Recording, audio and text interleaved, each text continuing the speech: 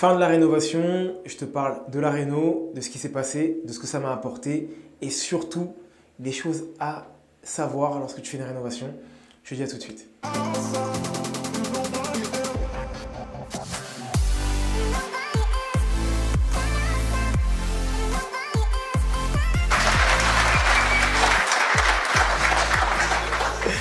Plus sérieusement.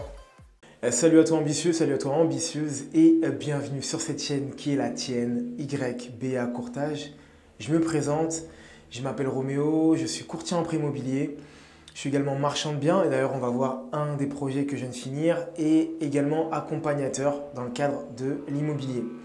L'objectif de la chaîne il est simple, c'est de donner un coup de pied aux fesses de manière à ce que tu puisses te lancer et que tu n'aies plus aucun prétexte pour ne pas le faire.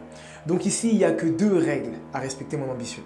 La première, c'est de passer à l'action et la deuxième, c'est que si tu ne passes pas à l'action, de partager cette vidéo à quelqu'un qui souhaite passer à l'action. Ok, donc aujourd'hui, on va parler immobilier, on va parler achat-revente, on va parler fin des travaux surtout. Il y aura une autre vidéo après qui parlera de la vente lorsqu'elle sera faite, le moment où j'aurai trouvé mon acquéreur. Et là, on va donc étudier tous les points qui ont été faits et puis tu pourras aussi voir un home tour à la fin. Donc, je t'invite vraiment à rester jusqu'à la fin de la vidéo. Et surtout, j'ai vraiment un tips à te donner. Donc, reste vraiment jusqu'à la fin de la vidéo pour pouvoir le connaître. Donc là, on démarre dans le hall d'entrée, mon ambitieux. C'est partie commune, donc il n'y a pas grand-chose qui a été fait. Toutefois, je voulais d'abord commencer par ici parce que c'est le début. Et là, on va rentrer directement dans l'appartement. Donc, hop, on y va. Donc là, tu vois l'appartement, on va rentrer à l'intérieur. Et là, en fait, on arrive dans les parties privatives. L'intégralité des murs ont été poncés et on y a mis une nouvelle peinture, on a fait une nouvelle déco, mais tu découvriras tout ça lors du home tour. On a encore l'échelle ici qui est là parce que les travaux sont finis à 99%. Il faut que l'artisan récupère son matériel. Et on a pu poser des dalles sur les escaliers, chose qu'il n'y avait pas avant. Je te montrerai des photos aussi d'avant-après, des vidéos d'avant-après. Je me ferai un plaisir vraiment de pouvoir te montrer tout ça. L'objectif ici, il était simple, c'est de faire en sorte de personnaliser l'entrée. C'est-à-dire que quand les propriétaires rentrent dans l'appartement, ils se disent « Ok, on est chez nous ». Tu verras les vidéos comment c'était avant. Avant, c'était pareil que dans le hall d'entrée. On était sur un carrelage assez froid, pas personnalisé du tout. On était sur des murs qui n'étaient pas... Il y avait un peu de murs de pierre comme tu peux trouver ici, mais on y a mis de la peinture. Sur l'autre partie que tu trouves sur ma droite, et ben ici, on y a mis un placo pour pouvoir vraiment avoir un mur en entier. Parce que toute la partie de la moitié du mur là était donc sous forme de mur de pierre. Donc là, clairement, l'objectif, c'était celui-ci, c'était d'arriver et directement créer le coup de cœur avec cette couleur, cette ambiance et également le papier peint qui rappelle donc du coup un univers un petit peu tropical, ce qui se fait actuellement. Et puis on espère que ça va créer le coup de cœur pour les futurs acheteurs. Donc on continue à avancer et on va découvrir directement l'une des premières pièces de vie.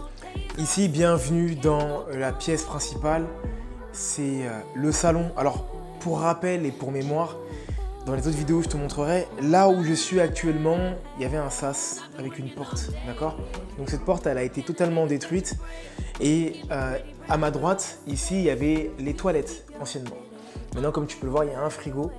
On a changé la disposition totale de l'appartement. Alors pourquoi on a fait ça? Parce qu'il y avait trop de murs, mon ambitieux. Et aujourd'hui, on ne fait plus trop de pièces dans des pièces façon poupée russe. Aujourd'hui, ce qu'on veut, c'est quelque chose d'aéré. Au niveau du visuel et aussi d'aérer au niveau de l'espace. Tu avais également, on va le voir dans quelques instants, bon, on va y aller même directement tout de suite. Ici, tu as maintenant la nouvelle cuisine qui est là. Ici, pour rappel, tu avais une douche de quelques mètres carrés. Je ne me rappelle plus exactement des dimensions, donc tu ne m'en voudras pas, j'espère. On avait la douche sur le coin là dont je te parle et là, on avait le toilette. Donc ici, maintenant, on a créé la cuisine. Et on a mis la salle de bain ailleurs, on va le voir dans quelques minutes. Et on avait une belle poutre qui était super apparente et super gênante sur tout le long. Pareil, je te montrerai comment c'était avant. Et tu pourras voir le travail qui a été fait. Continue, on va également avoir les toilettes qui sont juste ici, qui sont pour le moment séparés, qui vont être rassemblés avec la salle de bain. On va aller dans la salle de bain. Dans tous les cas, à la fin de la vidéo, je te ferai un tour du proprio. Il y a une poutre, faut pas oublier quand on est grand. Je te ferai un tour du proprio sans moi dessus, d'accord? Donc on a également une salle de bain. Donc là pour moi, en mon sens, elle n'est pas hyper optimisée parce que en fait elle fait très étroite, elle fait très petite. Donc on va essayer avec l'artisan de trouver le moyen ou les moyens de rendre ça beaucoup plus chaleureux, d'accord? Donc là l'objectif il est simple, mon ambitieux, c'est une fois de plus aussi, c'est de montrer la pièce principale directement lorsque tu arrives, d'accord? Le salon anciennement il était là, il n'y a pas de problème. Toutefois il était mal agencé, on avait une salle de bain et des toilettes qui étaient là, qui étaient minuscules. Excuse-moi, et il n'y avait pas d'intérêt en fait à ce que ça se passe comme ça. Donc là, ce qu'on a essayé de faire, c'est de créer quelque chose de plus chaleureux, de plus accueillant. Comme ça, le propriétaire, lorsqu'il arrive, il se sent directement chez lui une fois de plus et il a accès à sa pièce principale qui va être le salon et également la cuisine parce qu'aujourd'hui, c'est les endroits où on est le plus souvent. Et voilà, en fait, tout simplement sans faire trop de grands discours. Donc les toilettes, t'imagines bien qu'on est obligé d'en avoir quand même, ça peut toujours servir. Donc on les a mises ici. Et à l'époque,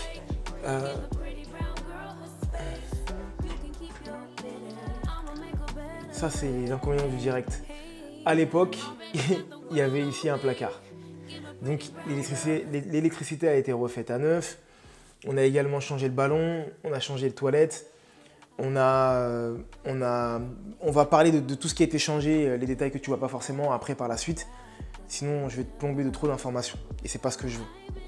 On va rentrer directement dans la salle de bain et pour mémoire, je t'enverrai, je te montrerai des photos aussi également. Avant la salle de bain ici, c'était la cuisine. Donc on a refait l'intégralité du coup de la pièce. On l'a isolée de manière hydrofuge. Donc là du coup on rentre dans la cuisine. Je ne peux plus te dire le nombre de mètres carrés qu'il y a actuellement. De toute façon on s'en moque vu qu'ils vont changer à la suite de la transformation de la cuisine. Et on va avoir une cuisine qui va être super bien éclairée. Comme tu peux le voir, il y a un beau soleil qui se présente à nous.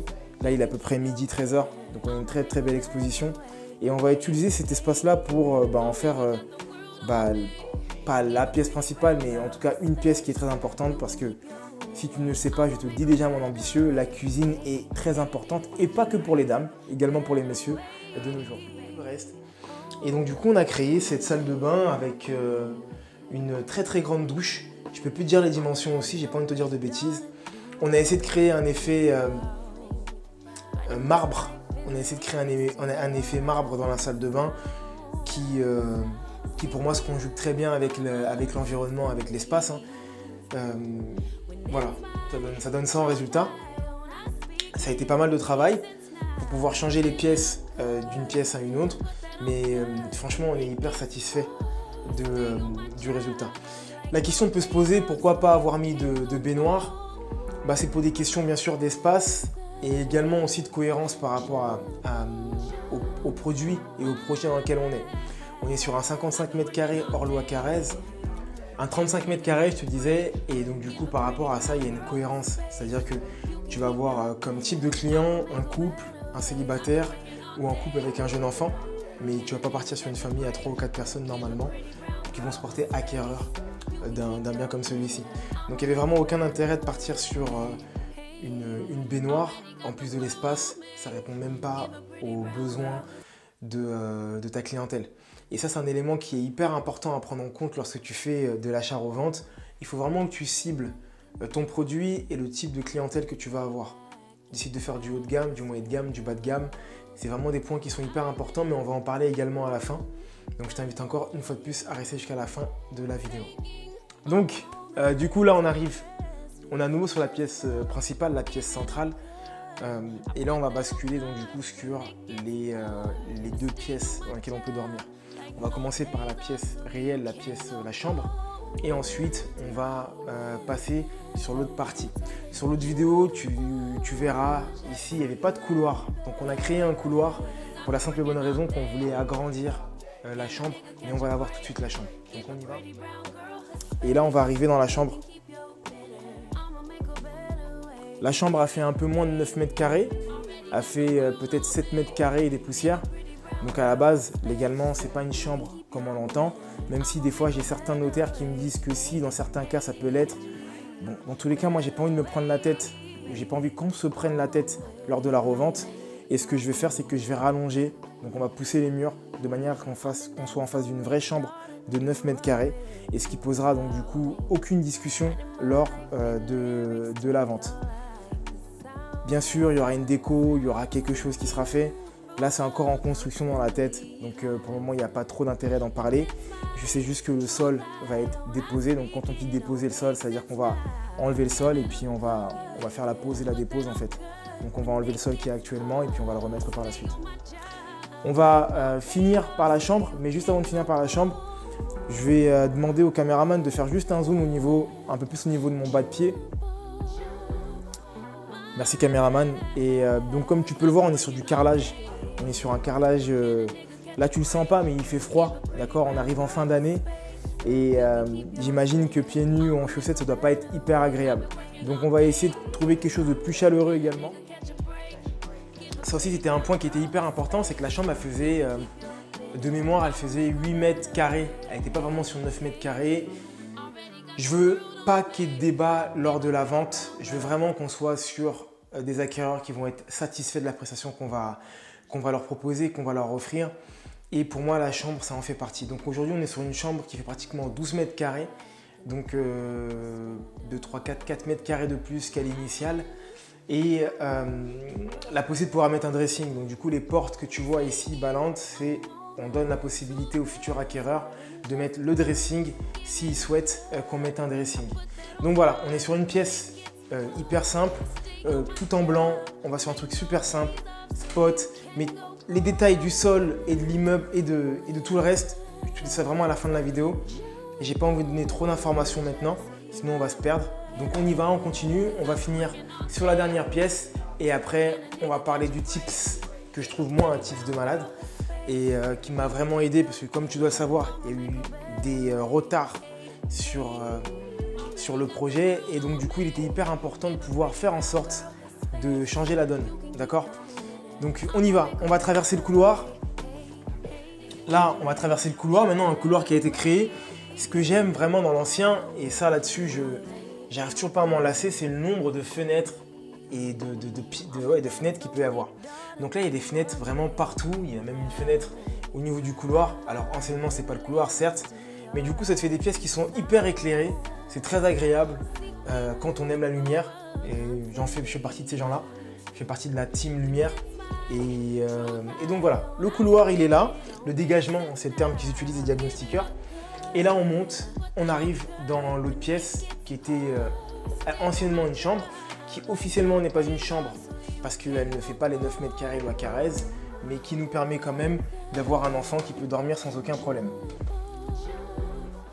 Donc là ici également pareil, on a refait les escaliers, on les a repeints en blanc. Et on a changé le sol. Je vais laisser le caméraman monter pour qu'il puisse nous montrer à quoi ressemble le sol maintenant. Et on arrive donc du coup sur la dernière pièce mon ambitieux qui est le bonus en fait. Donc c'est hyper mansardé, ce qui fait qu'on ne peut pas le considérer comme étant une chambre, mais il y a vraiment de quoi accueillir un enfant de bas âge.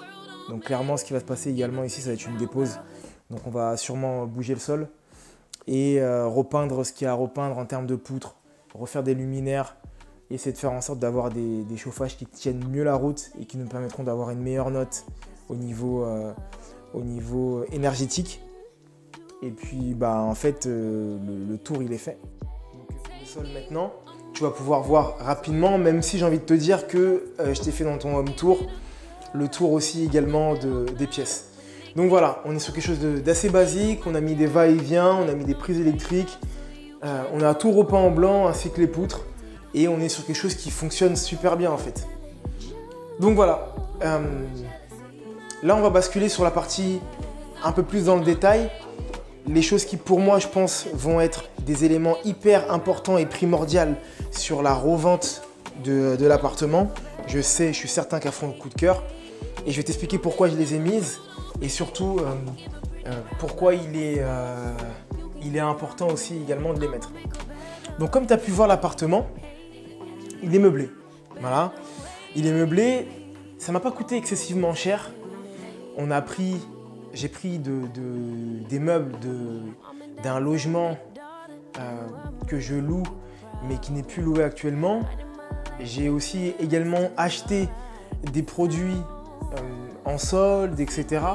J'ai vraiment un peu chiné, si je peux le dire de cette manière, de manière à pouvoir avoir quelque chose qui va être du coup agréable, mais surtout de faire en sorte que les futurs acquéreurs puissent se projeter directement lorsqu'ils vont rentrer dans l'appartement. Pour moi, la cuisine, elle était essentielle.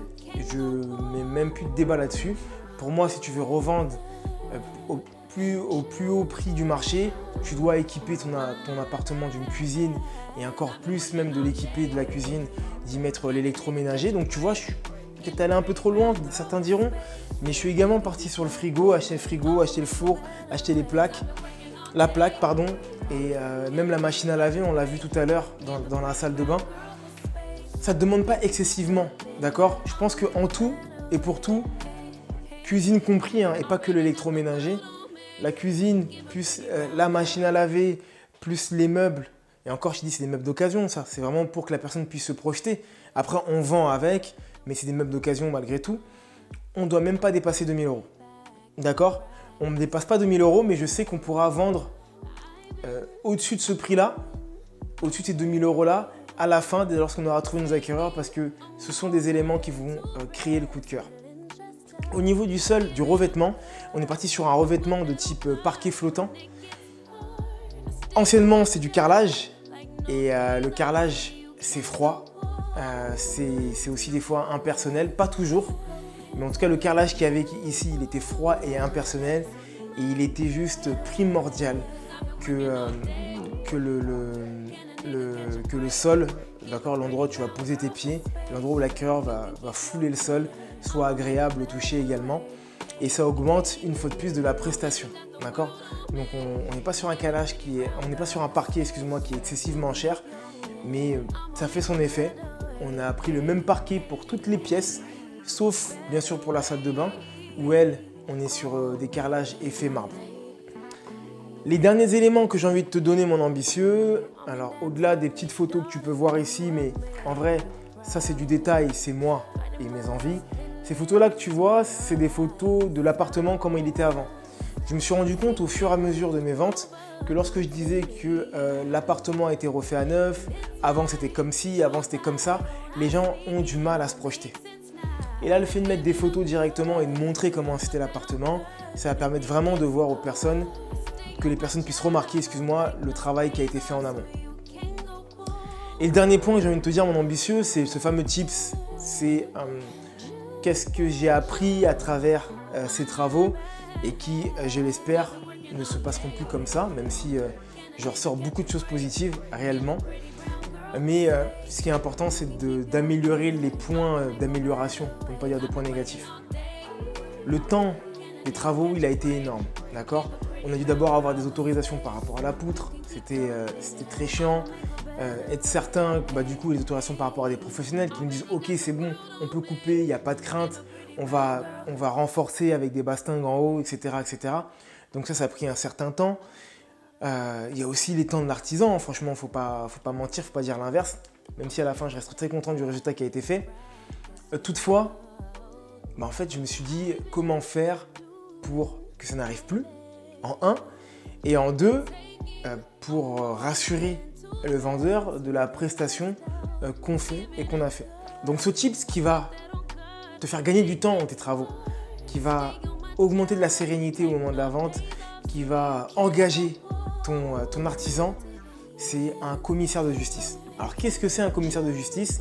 Anciennement, on les appelait huissiers de justice. Maintenant, on les appelle commissaires de justice. Donc, tu as des commissaires de justice qui ont comme habilitation de faire des constats immobiliers. Donc, ils viennent et ils vérifient ils vérifient l'appartement, ils vérifient que tout est fait. Alors, moi, je te parle de mon expérience.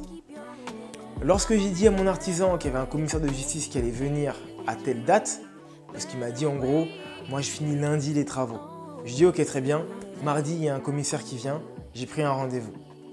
Déjà là, le premier point, et même lui il me l'a dit derrière, c'est que ça met une forme de pression. Il dit ok, quand même, il y a un huissier de justice ou un commissaire, maintenant comment on les appelle, qui va venir pour confirmer que mes travaux sont bien faits. Le deuxième point, c'est que je lui ai demandé qu'il soit là lors des travaux. Premièrement, parce que s'il y a des choses à arranger, il pourra les arranger. Et deuxièmement, pour pouvoir l'impliquer encore plus. Ça a été un élément qui était hyper important. Le troisième point, et ça c'est pas des moindres, c'est le coût. Un commissaire de justice prend à peu près 400 € de l'heure TTC. C'est énorme. Je suis d'accord avec toi. Je pense même que tu as dû bondir de ton sofa ou ton canapé, de là où tu dois être. 400 € de l'heure, franchement, c'est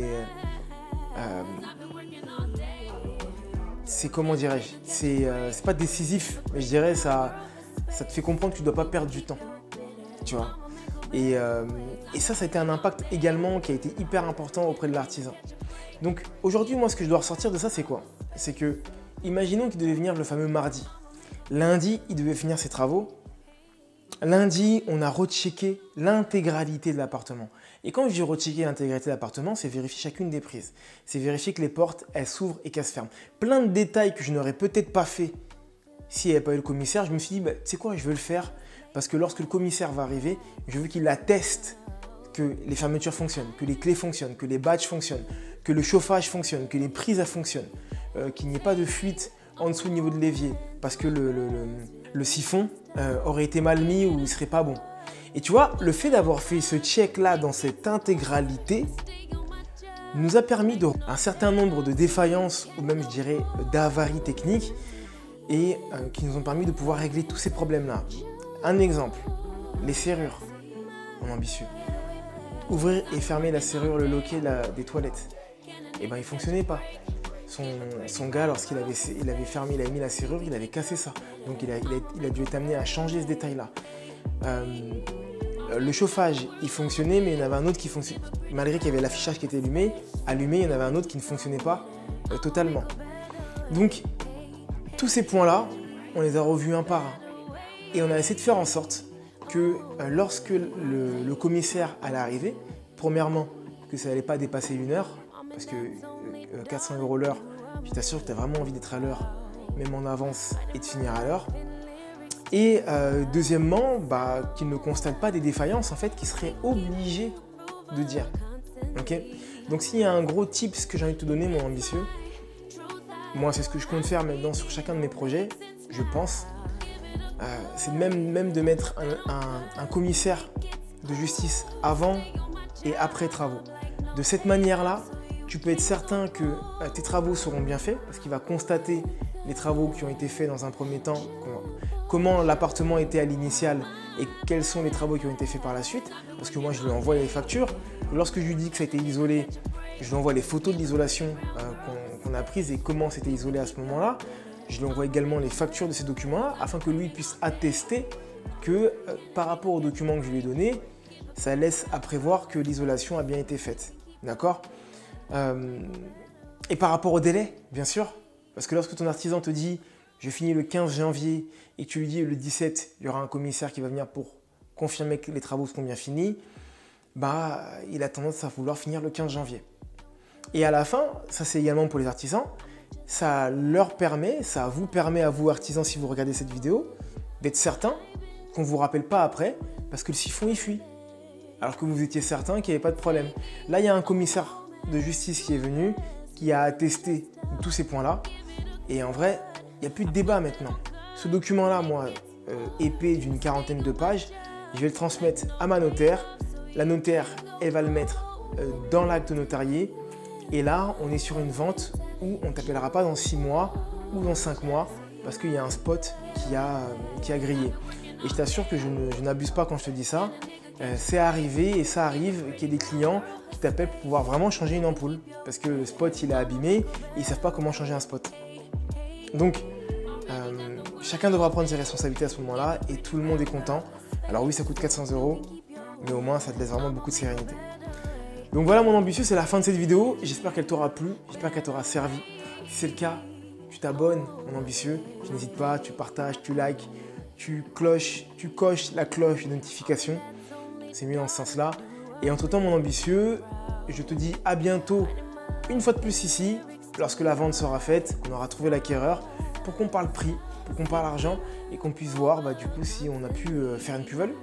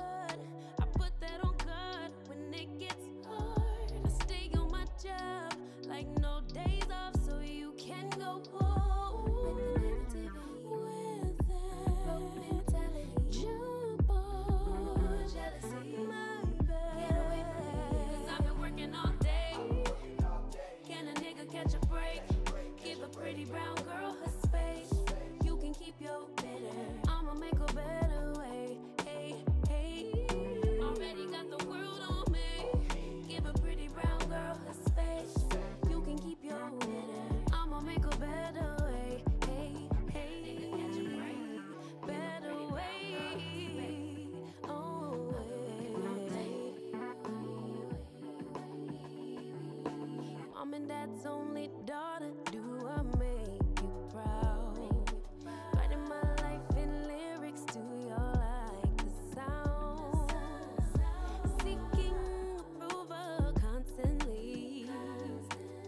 When it's my truth I own, I speak it, don't make sense now. Give it a good, put that on good when it gets hard. I stay on my job like no days off, so you can go pull with that jukebox.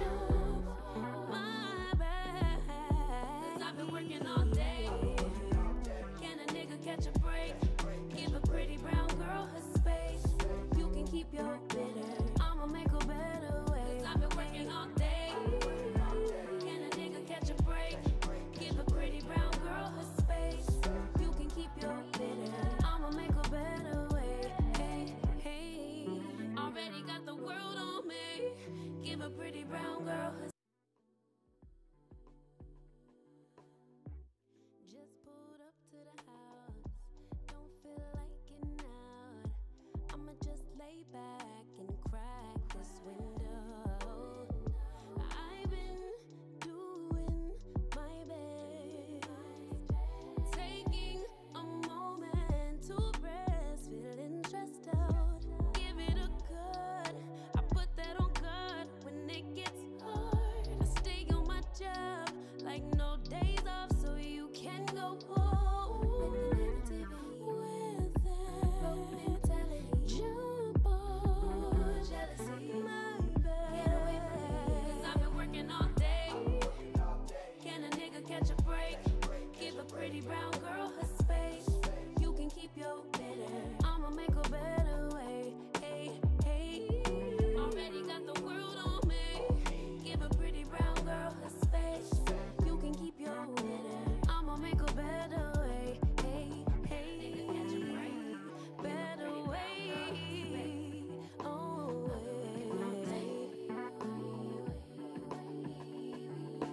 Mom and Dad's only daughter, do